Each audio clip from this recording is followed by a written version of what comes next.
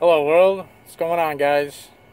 I'm gonna preface this by just telling you right off the bat, I worked for 11 hours today, so I'm kind of tired.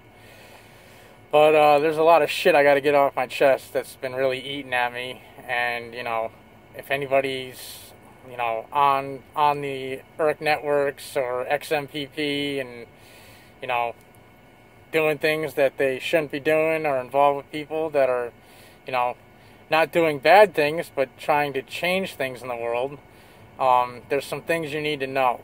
Um, we'll get into it.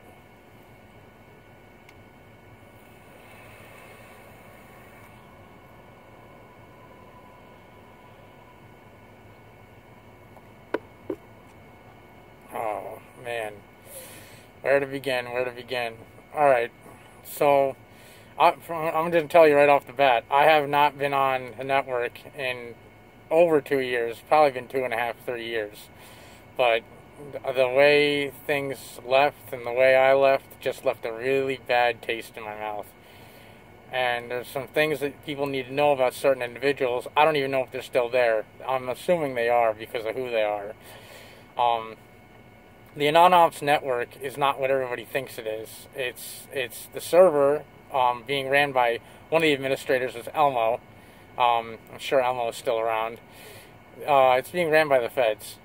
He's a federal agent. Everything that's said on anonops, everything done on anonops, can be read by the FBI. I'll tell you my story. Whether you choose to believe it, is at your own discretion. But I can tell you right now that everything you're doing on there, if you're on there, is being read by the FBI. There's other safe places to go. You can go on XMPP. You can, take other users on there that you trust, that you've known for a while, and, go to XMPP and, start your ops there and do what you want to do over there so you don't run into any shit down the road. I'll get into, specifically 3 people.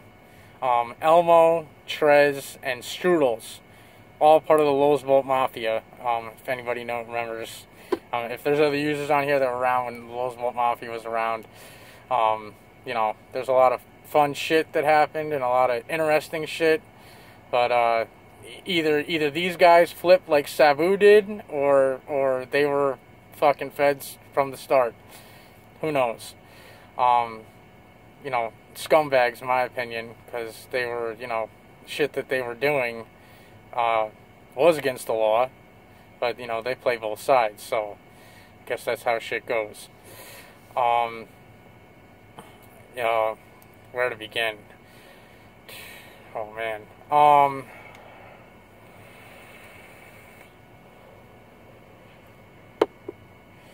Alright. Fix my fucking mask there. Alright, I was involved with 2 main ops I was involved with, as a moderator in the room and, supplying information to different people were Operation Death Eaters and Op SeaWorld. With Op Death Eaters, we took a lot of pedophiles down, tried to clean up the deep web, even though that'll never fucking happen. Major players that needed to go, a couple of them ended up behind bars. Specifically Peter Scully. He's gone, thank God. That fucking travesty of life. That motherfucker doesn't even deserve to breathe the same air that we do. Anybody that harms children should just fucking die. That's my opinion. 1 bullet to the head, no trial. You get caught harming a child, you deserve to fucking die. Bottom line. Anyway, couple of the people that were involved that I named before, specifically Strudels, I got pretty close with. And, we had many discussions about politics and the state of the world and, what things need to be changed and, the direction that it could go to change them.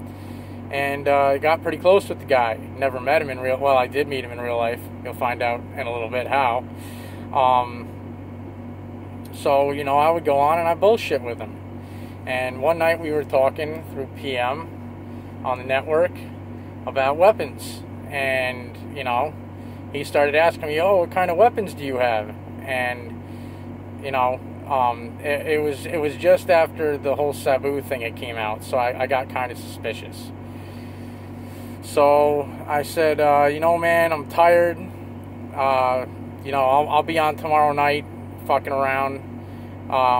You know, we'll talk tomorrow, whatever. And, you know, I signed off the network and laid down in my bed. And I thought about it. I'm like, well, you know, I already have, I have a pretty good fucking sixth sense, if you want to call it, street smarts, whatever. I had a feeling that, you know, there's a reason why he's prodding me about this. So I laid there for a bit, and I said, you know what, tomorrow I won't use Tails, I won't use a VPN, I'll go onto the network, and I'll go on to specifically talk to Strudels. And, you know, at the time, I did have weapons, but none at my house, and none that could be found anywhere near my property. You know, just I'm not stupid, and it is what it is. Just being smart. They're there in case of an emergency, in case shit hits the fan. I will protect mine and my family no matter what. I'm telling you that right now. If I have to die to protect my loved ones, I will, and I'm not gonna not protect my loved ones. It's a right as a fucking American citizen to own a firearm. Whether it's legal or not, that's a different story. But anyway, I digress. So the next night, I decided to go on the network. Didn't go into any of the main chats. I specifically went on, saw that Strudels was online, and I started talking with him. And we got into the whole weapon talk.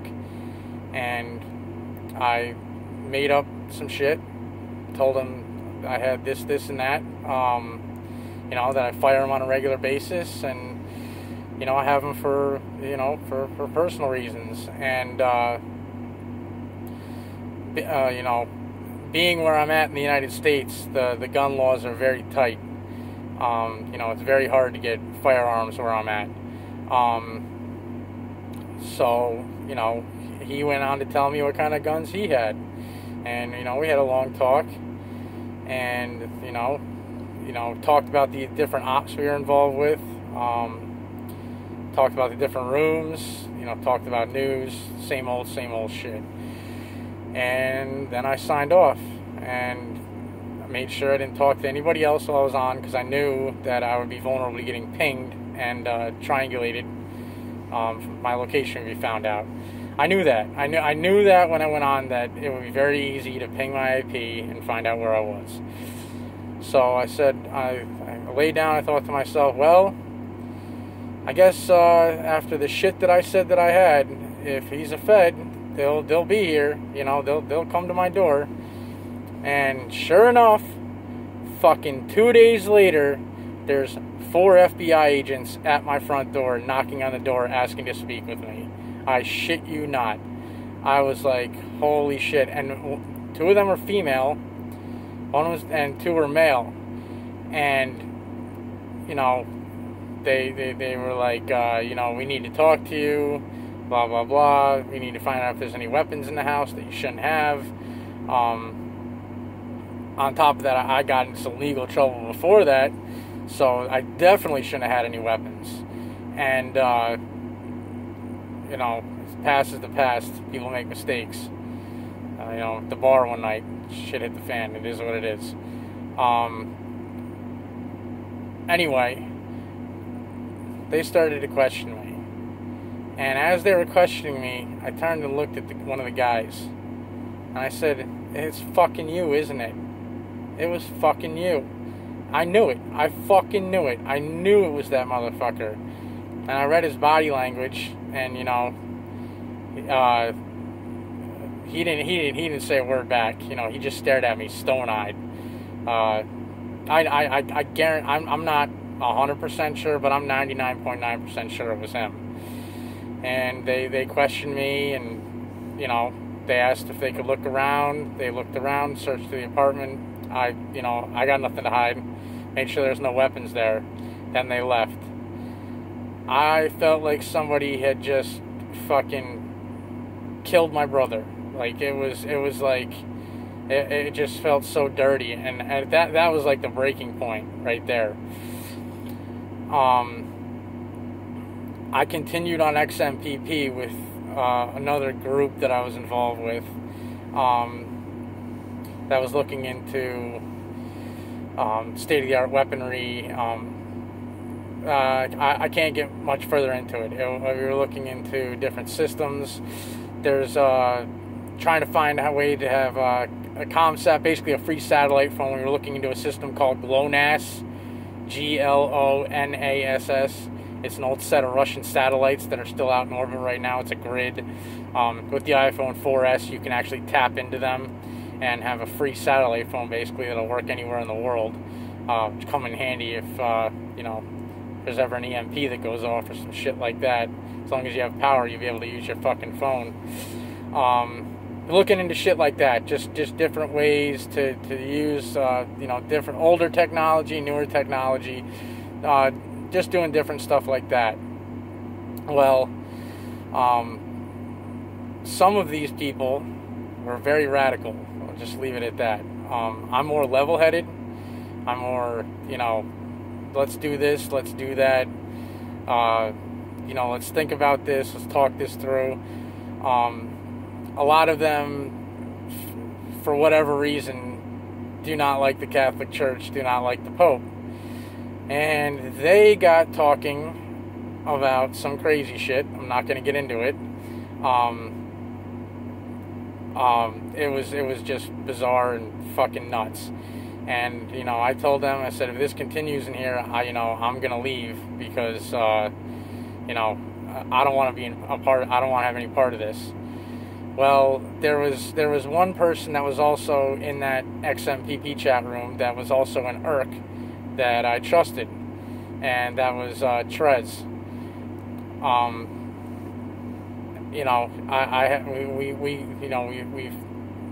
We've talked for hours too, hours on end. I thought he was a good guy. Because I was running this room, this whole fucking plan that was getting hatched, was really scary. Oh man, yeah, it was ugly. I backed out before it went any further, but I was there. I saw some of the plan.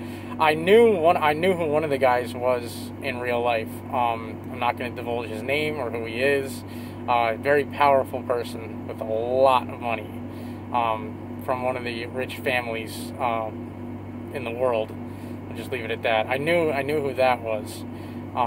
He was trying to fund some of the things that were going on in there, and if somebody needed an air card or whatever, he'd help people out. He just had money. He was not fucking smart. Didn't know his ass from his elbow when it came to pen testing or how to make a botnet, four-way hand. He didn't know what he was doing. He was just there to, I guess, either be a part of something or snoop. Who the fuck knows? After I backed out, I already knew that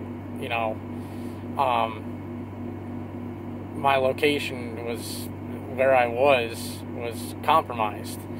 But as far as being on XMPP, if anybody has been on it, you know how much deeper it goes. I figured that I was safe. Well,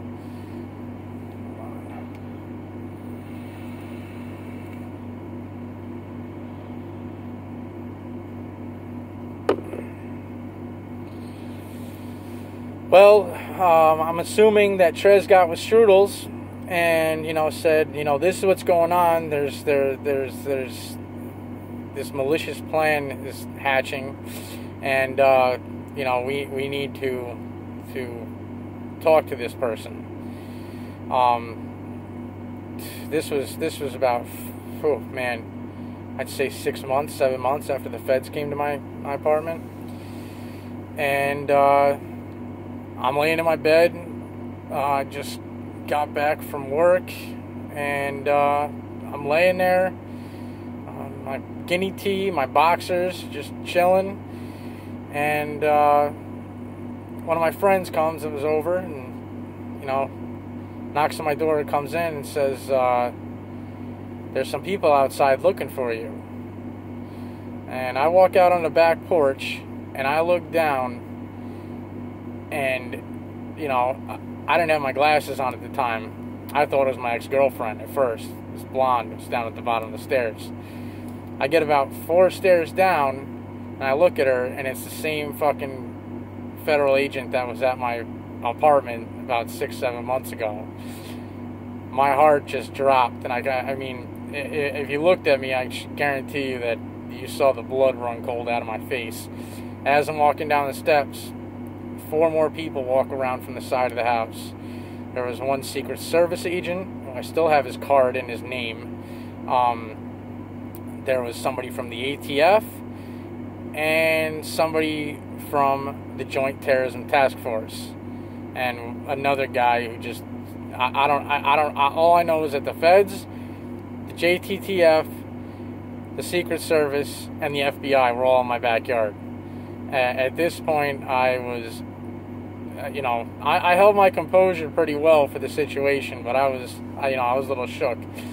And as I came down the stairs, they said, "Oh, Mr. So-and-so, I'm not going to say my last name, I'm not fucking stupid. We need to talk to you."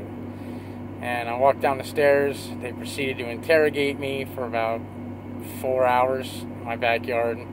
I have a picnic table back there, so they sat me down at the picnic table. They made me keep my hands on the table at all times to make sure that I didn't start shaking, or I don't know what the fuck they were doing. I mean, I guarantee you it was sense-any deception.